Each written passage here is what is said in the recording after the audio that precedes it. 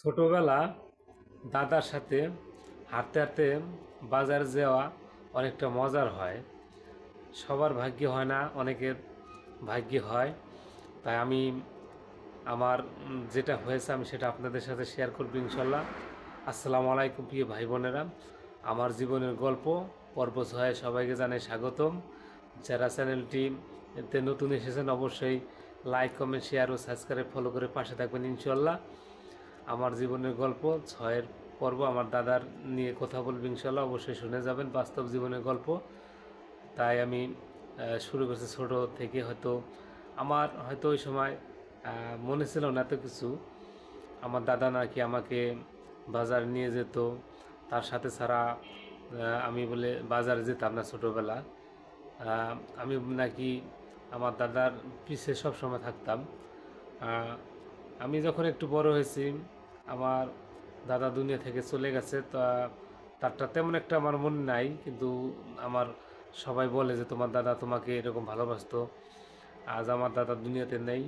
সবাই দোয়া করবেন আমার দাদার লোকের জন্য, যেন আল্লাহ তাকে জান্নাতবাসী করে, এবং সবার দাদা দাদি নানা নানিকে যারা দুনিয়ায় বেঁচে আছে সবাইকে আল্লাহ তাআলা হায়াত দান করুক, আর যারা দুনিয়া থেকে চলে গেছে আল্লাহ তাআলা সবাইকে জান্নাতুল ফেরদাউস দান করুক, আমিন। তা আমি দাদার ভালোবাসা এখনও ধরে রেখেছি, কোনো ভুলি নাই। আমার দাদা মারা গেছে তখন হয়তো আমার বয়স সম্ভবত 5 থেকে 6 বছর।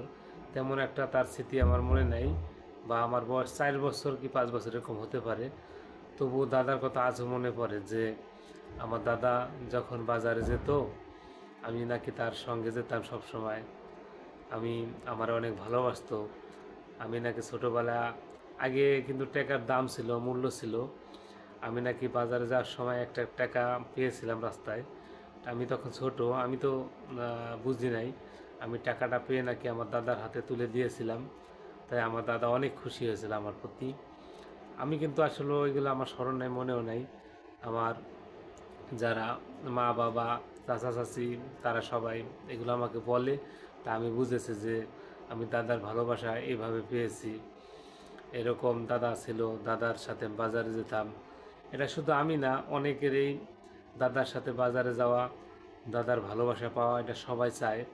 সবাই নাতিকেও সব দাদারা চায় যে আমার নাতিকে আমি বেশি ভালোবাসি, কাছে রাখি, এটাই স্বাভাবিক। তাই দাদার ভালোবাসাটা পেয়েছি আলহামদুলিল্লাহ অনেকটাই। কিন্তু দুঃখের বিষয়, যখন বড় হয়েছে তখন আর দাদাকে দেখতে পাই নাই। তখন বুঝেছি যে আমার দাদা ছিল, দুনিয়া থেকে চলে গেছে। এভাবে ভাই আমাদের সবাইকে একদিন চলে যেতে হবে। তাই যাদের দাদা আছে দাদার প্রতি ভালোবাসা দেখান, দাদা দাদিকে সম্মান করেন, তাদের ভালোবাসা নিয়ে সামনের দিন এগিয়ে যান। কেননা তাদের ভালোবাসা পেলে আপনি, তাদের দোয়া পেলে অনেকটাই এগিয়ে যাবেন ইনশাল্লাহ। মা বাবা, তারপর দাদা দাদি, সবার ভালোবাসায় প্রয়োজন। তাই বন্ধুরা, আমার জীবনের গল্প পর্ব 6 আমার দাদার ভালোবাসা যতটুকু পেরেছি বলেছি। ইনশাল্লাহ পর্ব 7 আমার ফুপুর ভালোবাসা কেমন ছিল এই বিষয় নিয়ে আমি গল্প বলবো, বাস্তব জীবনের গল্প। অবশ্যই চ্যানেলটিকে লাইক কমেন্ট শেয়ার ও সাবস্ক্রাইব করে পাশে থাকবেন ইনশাল্লাহ। আপনাদের ভালোবাসা পেলে ইনশাল্লাহ আমি আরও সামনে এগিয়ে যাব। তাই অবশ্যই আপনারা সবসময় লাইক কমেন্ট শেয়ার করে পাশে থাকবেন।